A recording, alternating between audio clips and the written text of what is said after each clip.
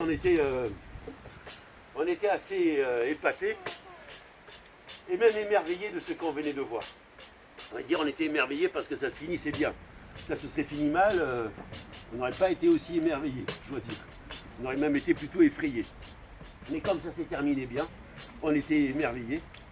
Et on s'est dit que vraiment le guide de l'étoile qui nous avait conduits dans ce château, Paul, c'est vraiment extraordinaire, quoi. On était épatés par ce qu'on venait de voir, et on était épatés par le fait qu'on l'ait vu, quoi, que ce soit arrivé à nous. Ça serait arrivé à quelqu'un d'autre, ça aurait été épatant aussi. Et quand ça arrive à soi, alors là, tu vois, c'est extraordinaire. C'est extraordinaire. Alors bon, on s'est dit qu'est-ce qu'on fait, on continue de regarder la boule, peut-être qu'on va voir autre chose. On hésitait, on se disait peut-être qu'on va visiter le château. Ouais, on va visiter le château, on regarde un petit peu, mais on avait vraiment envie de regarder encore dans cette boule, parce que on pouvait voir des tas de choses extraordinaires dans le château, mais vraiment ce qu'on voyait dans la boule, c'était supérieur à tout. C'était vraiment bouleversant. Donc on a continué de regarder dans la boule. Et alors, la fumée est revenue dans la boule, elle a tournoyé la fumée, et elle a recommencé à se disperser. Et là, qu'est-ce qu'on a vu? On a vu quelque chose qui commençait par un meunier en train de mourir. Et mon Dieu, c'est quand même terrifiant, dans cette boule, il y a toujours des morts qui se baladent. Un meunier en train de mourir, et qui avait 3 fils. Et avant de mourir, il dit à ses 3 fils, eh bien je vais vous laisser mon héritage. Donc à mon fils aîné, je lègue le moulin. Oh papa, merci. Le moulin, c'est ce qu'il me faut pour gagner ma vie. Merci papa. Je laisse au second mon âne. Mon âne, c'est très bien mon âne, pour transporter tout ce qu'il y a à transporter, c'est très bien. Ils s'associent avec l'aîné et tous les deux peuvent bien gagner leur vie. L'un a le moulin, l'autre a l'âne pour transporter le blé et la farine. Impeccable. Vraiment, merci. Et au troisième, je laisse mon chat. Bah alors là, papa, c'est pas très équitable. Lui, il a un moulin. Lui, il a un âne, et moi, j'ai un chat. Bah, même pas folichon. Là, franchement, papa, t'es un peu limite. Hein. Parce que moi, ce chat-là, à la limite, hein, au mieux, je récupère la peau, je m'en fais un gant. Au mieux. Bah. Et le chat, il entend ça et il dit ne t'inquiète pas. Tu vas voir que des 3, c'est toi le plus chanceux. Autant que tes frères, ils vont être obligés de travailler. Avec moi, tu vas voir, rien ne te sera rendu. Rien. Je ne sais pas ce qu'il doit penser. Bon, c'est vrai qu'il a vu que ce chat était assez rusé. Il a vu comment ce chat faisait pour attraper les souris, quand il se pendait par les pieds de derrière, ou quand il faisait le guignol, quand il faisait le singe, quand il attendait patiemment devant un trou de souris. Et il sait que ce chat, il a plus d'un tour dans son sac. Et il se dit, bah écoute, d'accord. De toute façon, j'ai pas le choix. J'ai dit d'accord parce que de toute façon, d'accord ou pas, c'est comme ça. Et donc le voilà qui hérite du chat. Alors, l'aîné avec son moulin et le deuxième avec son âne, nous n'allons pas nous en occuper parce qu'avec Paul, on ne les a pas retrouvés dans la boue. Donc, on les oublie. Ils ont de la chance, mais pour eux, on les oublie. On se concentre sur le plus jeune, qui a hérité du chat. Le chat, le matin, demande au jeune garçon, tout ce que je te demande, si tu veux bien, c'est de me faire des bottes. Tu me fais faire une belle paire de bottes, c'est tout ce que je te demande. Et avec cette belle paire de bottes, tu vas voir la fortune que je vais te rapporter. Tu vas être épaté, tu vas être émerveillé, tu vas être enthousiaste, tu vas être joyeux. Une fortune magnifique, mirifique, extraordinaire. Ouh. Le jeune homme fait faire des bottes à son chat, Et voilà le chat qui sort dans un pré et qui va dans une garenne. Une garenne, c'est une forêt où il y a du coin de forêt, il y a les lapins qui vivent à l'état sauvage, quoi, hein, ils ne sont pas en élevage. Il va dans une garenne avec un... Ça fait partie des preuves que l'histoire que je raconte sont vraies. C'est que je rapporte des éléments, des histoires, si on veut, que je raconte. Il va donc dans la garenne avec ce piège. Il met de quoi attirer les lapins. Il le pose là. Alors il y a un système de fil et tout. Et quand le lapin arrive pour manger, ça là, paf, ça tombe sur le lapin, la porte là qui se ferme et le lapin est pris au piège. Le chat prend le lapin, va chez le roi et dit au roi: Messire roi, de la part de mon maître, le marquis de Carabas, voici un lapin qu'il vous offre. Ah, eh bien, mon ami, vous remercierez votre maître, le marquis de Carabas, et je vais déguster ce lapin. Et le chat se retire. Quelques jours après, le chat prend un sac, et avec ce sac, il met de la nourriture dans ce sac, et il se poste dans la forêt, et il attend. Deux perdrix viennent manger ce qu'il y a dans le sac, on ferme le sac, et il apporte les deux perdrix au roi. Au messire roi, de la part de mon maître, le marquis de Carabas, voici ces deux perdrix. Merci, mon ami. Merci. Et écoutez, donnez donc à ce chat de quoi se déguster un petit morceau tout de même. Et pendant 2 mois comme ça, tous les 2-3 jours, le chat qui apporte au roi un lapin, une perdrix, un saumon, un poisson, un autre oiseau, un autre lapin. Pendant 2 mois, tous les 2-3 jours, le lapin qui offre au roi, de la part du marquis de Carabas, de quoi honorer sa majesté, son infinie, sa gracieuse, sa merveilleuse majesté, le roi, qui est enchanté de ce que l'un de ses sujets ait autant de soin de lui.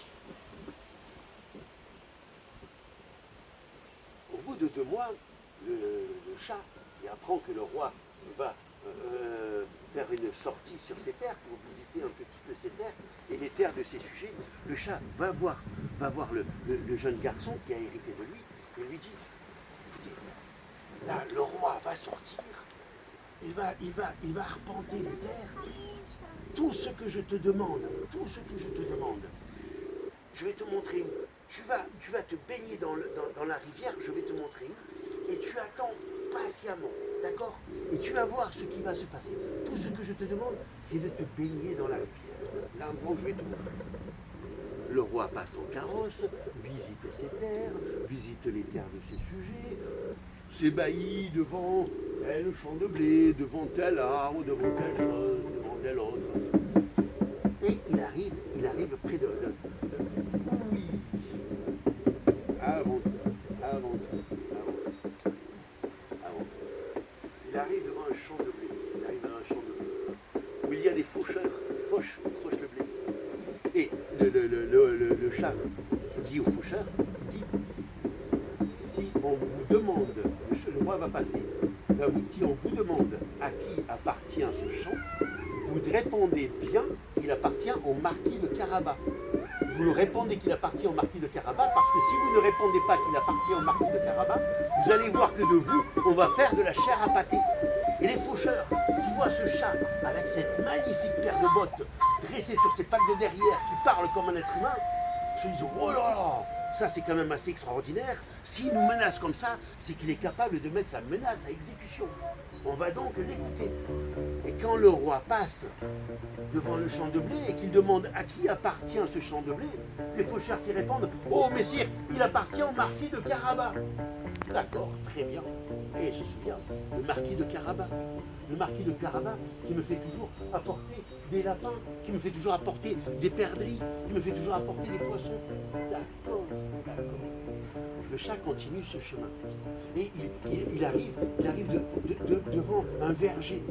Et il dit aux gens du verger qui travaillent à récupérer les pommes: si le roi roi vous demande à qui appartient ce verger, vous répondez qu'il appartient au marquis de Carabas. Sinon, on va faire de vous de la chair à pâté. Et là, c'est pareil. Les gens du verger qui voient ce chat avec cette magnifique paire de bottes en cuir, debout sur ses pattes de derrière, qui parle comme un être humain, ils sont quand même un petit peu effrayés, ils sont quand même passablement impressionnés, et ils disent ouais, d'accord, d'accord. Et quand le roi passe, alors, à qui appartient ce verger? Mais votre majesté, ce verger appartient au marquis de Carabas. Au marquis de Carabas. C'est un verger bien magnifique. Décidément, ce marquis me semble être un personnage riche et important. Je n'en avais pas entendu parler jusqu'ici, mais vraiment, je suis impressionné. Je suis extraordinairement impressionné. Il passe sur un pont, on est en train de réparer le pont. Et le chat qui devance le carrosse du roi et qui dit au maçon, si le roi vous demande à qui appartient ce pont, vous dites qu'il appartient au marquis de Carabas. Sinon, on va faire de vous de la chair à pâté. Et comme je vous l'ai dit, les maçons, impressionnés par ce chat qui a cette magnifique paire de bottes en cuir, qui se tient debout sur ses pattes de derrière et qui parle comme un être humain, se disent, un chat comme ça, c'est un chat magique, c'est un chat enchanté. S'il nous menace, il a les moyens de nous exécuter. Et quand le roi passe et demande à qui appartient le pont, tout le monde répond, mais votre majesté, le pont appartient au marquis de Carabas. Le roi, décidément, ce marquis de Carabas, quel être impressionnant, quel homme sage, quel homme puissant, quel homme riche, et en plus généreux, Oh, j'aimerais tellement faire la connaissance du marquis de Carabas. Ce marquis de Carabas, comment ça se fait que je ne l'ai pas connu plus tôt? C'est vraiment extraordinaire. Je sors de mon château et je n'entends parler que du marquis de Carabas. Le chat continue de précéder le carrosse du roi et qui arrive devant un château, un grand château. Le roi est encore derrière sur le chemin. Le chat arrive devant un grand château. Il rentre dans le château et le château appartient à un ogre. Un ogre. Je ne sais pas si vous imaginez un ogre. C'est réel, je veux dire. Nous, avec Paul, on croyait que les ogres, c'était dans les contes de fées. L'ogre, on n'y faisait pas attention. Mais un ogre, et là, il existait, l'ogre. Alors, le chat s'avance vers l'ogre, un petit peu tremblant, et il parle à l'ogre, parce que l'ogre était le propriétaire du château, et il parle à l'ogre et il dit « Oh, messire ogre, je trouve votre château magnifique et je suis impressionné par vos richesses, parce que en réalité, le champ de blé, le verger, le pont et toutes les terres qu'ils avaient vues appartenaient à l'ogre qui était très riche. » Le chat s'avance vers l'ogre et dit « Je suis impressionné, votre seigneurie ogre, je suis ravi de faire votre connaissance. » Et en fait, j'ai entendu dire, mais bon, ce sont certainement que des histoires, que vous pouviez vous transformer en n'importe quel animal, hein, un éléphant ou un lion, ce que vous voulez. Mais je ne suis pas sûr que ce soit vrai. L'ogre. Oh, oh, oh, oh, oh, oh. Mais bien sûr que c'est vrai, mais bien sûr. Tenez, d'ailleurs, je vais me transformer tout de suite en lion. Et voilà, l'ogre se transforme en lion. Un énorme lion qui ouvre une grande bouche. Oh, très fort. Il sort ses griffes. Le chat est impressionné, il s'enfuit, le chat, comme il peut, parce qu'avec les bottes, c'est pas facile pour marcher, escalader les tuyaux, marcher sur le toit. Puis, le chat revient tranquillement, il attend que l'ogre ait repris sa forme première d'ogre, cessé d'apparaître comme un lion, et il s'avance vers l'ogre et il lui dit « Ah, mais je suis impressionné, vraiment, vous êtes vraiment impressionnant, c'est magnifique,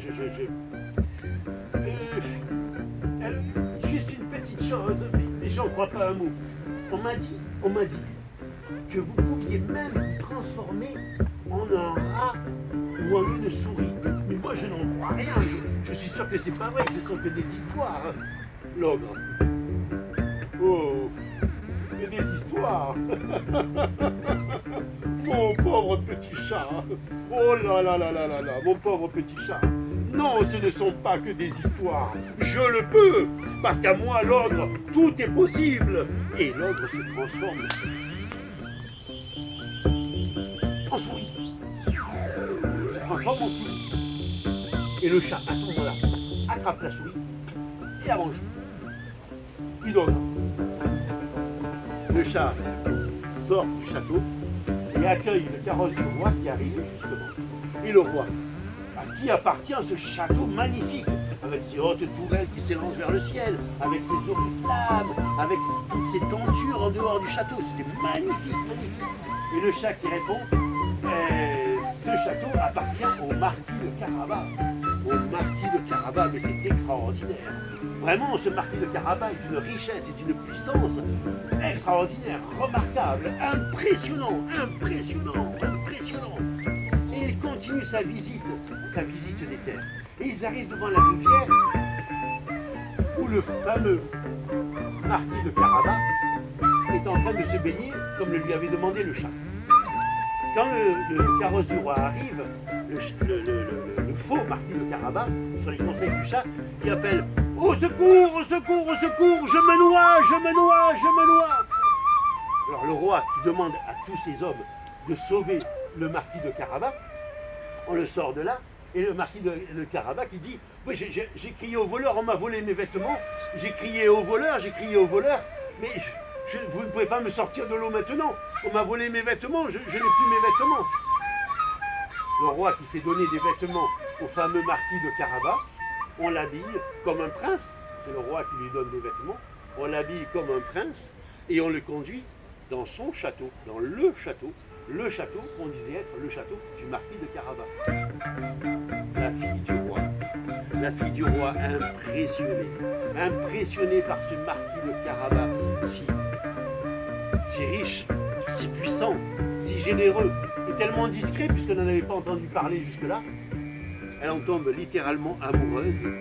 Et voilà, le marquis de Carabas, le pseudo marquis de Carabas, qui épouse la fille du roi. Et le chat qui est fait grand seigneur. Paul, on a vu de ces merveilles dans cette boule. On a vu de ces merveilles.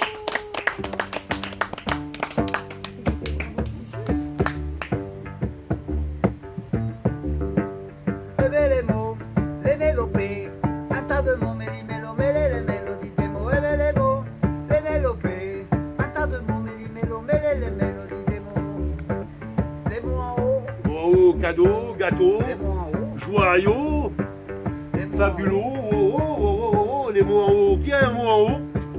Oiseau. Un mot en haut? Bateau. Bâton.